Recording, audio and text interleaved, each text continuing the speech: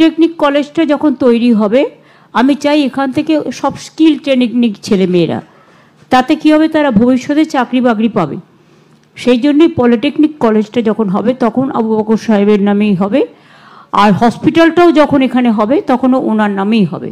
যে 100 বেডের যে হসপিটালটা তৈরি হচ্ছে, যার হ্যাঁ প্রায় অনেকটা কাজ হয়ে গেছে, কিন্তু হ্যাঁ শেষের দিকে, কিন্তু যেহেতু আপনারা জানেন ওবিসি রিজার্ভেশন বিলটা আটকে আছে কোর্টে, এবং আমরা চেষ্টা করছি খুব, এবং আমাদের রিক্রুটমেন্ট এখন অনেক বন্ধ আছে সেই জন্য, এবং আমার প্রায় তৈরি করা লিস্ট থাকা সত্ত্বেও ডাক্তার নার্সদেরও আমরা অ্যাপয়েন্টমেন্ট করতে পারছি না, ফলে এটা আমাদের ফেস করতে হচ্ছে।